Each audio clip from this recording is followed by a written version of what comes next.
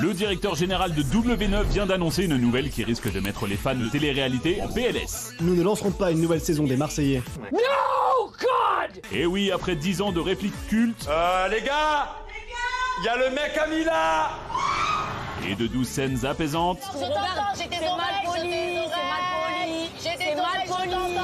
Les Marseillais disparaissent de la grille des programmes de W9 l'année prochaine. Alors, est-ce la fin de la télé-réalité ? Alors, je veux dire, et moi, il y en a plein que je kiffe, moi, dans la télé. Paga, je l'adore. Ouais. Il est très sympathique. J'adore Jessica, Julien, c'est vrai, Maëva. Voilà, c'est vrai, mais apparemment, c'est la fin, Gilles Verdun. Ben oui, ça a vieilli et eux aussi ont vieilli, ils sont passés à autre chose. Alors, les premiers héros, les premières stars n'ont pas été renouvelés. Et d'autre part, la Starac leur a mis quand même un sacré coup. Parce que la Starac a ringardisé les Marseillais et les programmes de télé-réalité qui existent avec son esprit bon enfant, des nouvelles figures. Donc moi, je pense que c'est vraiment fini. Il y a eu trop de bad buzz, du harcèlement, des problèmes. Donc cette télé-réalité-là, pour moi, elle est morte. Qui pense que c'est pas fini? Béatrice. Ah oui, celle-là. Après que c'est son anniversaire. Celle-là est finie, mais j'avais pas compris la question. Alors, C'est un peu le problème avec vous voulez rentrer tout de suite fêter votre... Vous voulez rentrer tout de suite fêter votre anniversaire? Non. Si vous pouvez, vous pouvez. Hein. Ce type de télé-réalité, oui. Après, la télé-réalité va se réinventer. Ils vont trouver des nouveaux concepts et donc, voilà. Ça continuera. Monsieur. Non, c'est la fin d'une époque. Il y a moins de 10 ans, ça faisait encore 1 million de téléspectateurs. Aujourd'hui, ils font péniblement 400-500 000. Le problème, c'est vrai que je me rappelle, pendant le confinement, ils faisaient 1,2 million. Bah ouais. Rappelle ou pas, Mathieu? Bien sûr. Marseillais faisait 1,2 million. Oui, ils cartonnaient il y a encore pas si longtemps. Et le problème, c'est que dans cette télé-réalité, il n'y a plus aucune réalité. Les candidats, ils sont fake, ils jouent la comédie, ils se mettent en couple uniquement pour exister dans l'émission. Il y avait des pseudo-enjeux professionnels. Aujourd'hui, on sait que c'est bidon. Et les télé-réalités, les divertissements qui marchent aujourd'hui, c'est les divertissements avec de l'enjeu, comme la Star Academy, Marié au premier regard, il y a quand même un peu d'enjeu. L'amour est dans le pré, il y a de l'enjeu. Là, malheureusement, c'est un peu trop light, un peu trop vite. Donc cette télé-réalité-là, ouais, je pense qu'elle est morte, malheureusement. Merci. En tout cas, vous êtes toujours là pour pousser vos petits camarades. Castaldi, qui a été... Non, mais on va demander à Castaldi, qui est quand même... Je pense c'est le précurseur. Je m'étonne que ça ait duré aussi longtemps déjà. Je trouve que franchement, depuis le début, ils offrent une télé-réalité qui est tout sauf réelle en fait.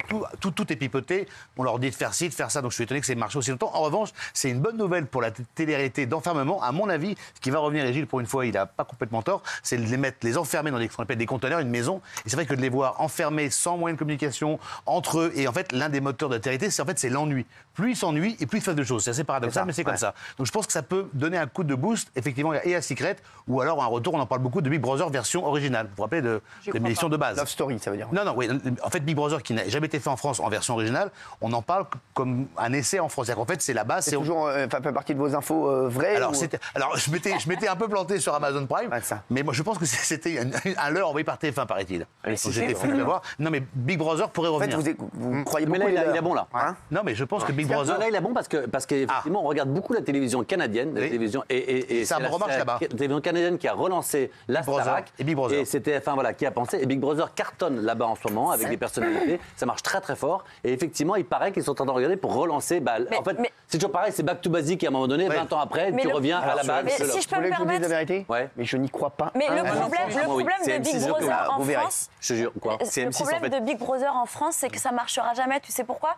Parce qu'en France, on est muselé et là-bas, il y a beaucoup plus de liberté. C'est ça. En France, tu ne pourras jamais passer un Big Brother comme tu le vois en Écosse. Mais jamais de la vie. C'est impossible. Sur une plateforme, mais pas à la télé. Ce qu'il faut savoir, c'est que la version canadienne, en fait, ils mettent des gens dedans, mais avec un peu du Koh-Lanta, c'est-à-dire qu'il y a des épreuves à faire chaque jour à l'intérieur pour gagner des choses. C'est un mix. C'est ce qu'ils ont essayé de faire dans les 50. Les 50, c'est catastrophique. Ça a été une catastrophe.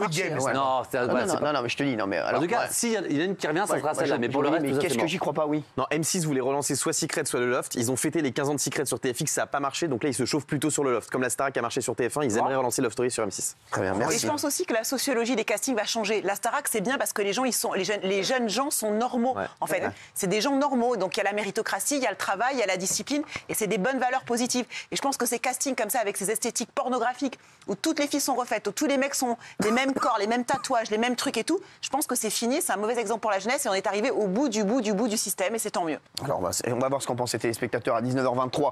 Voilà, 83%, 84% même non, c'est fini pour eux, voilà, ils sont d'accord avec vous.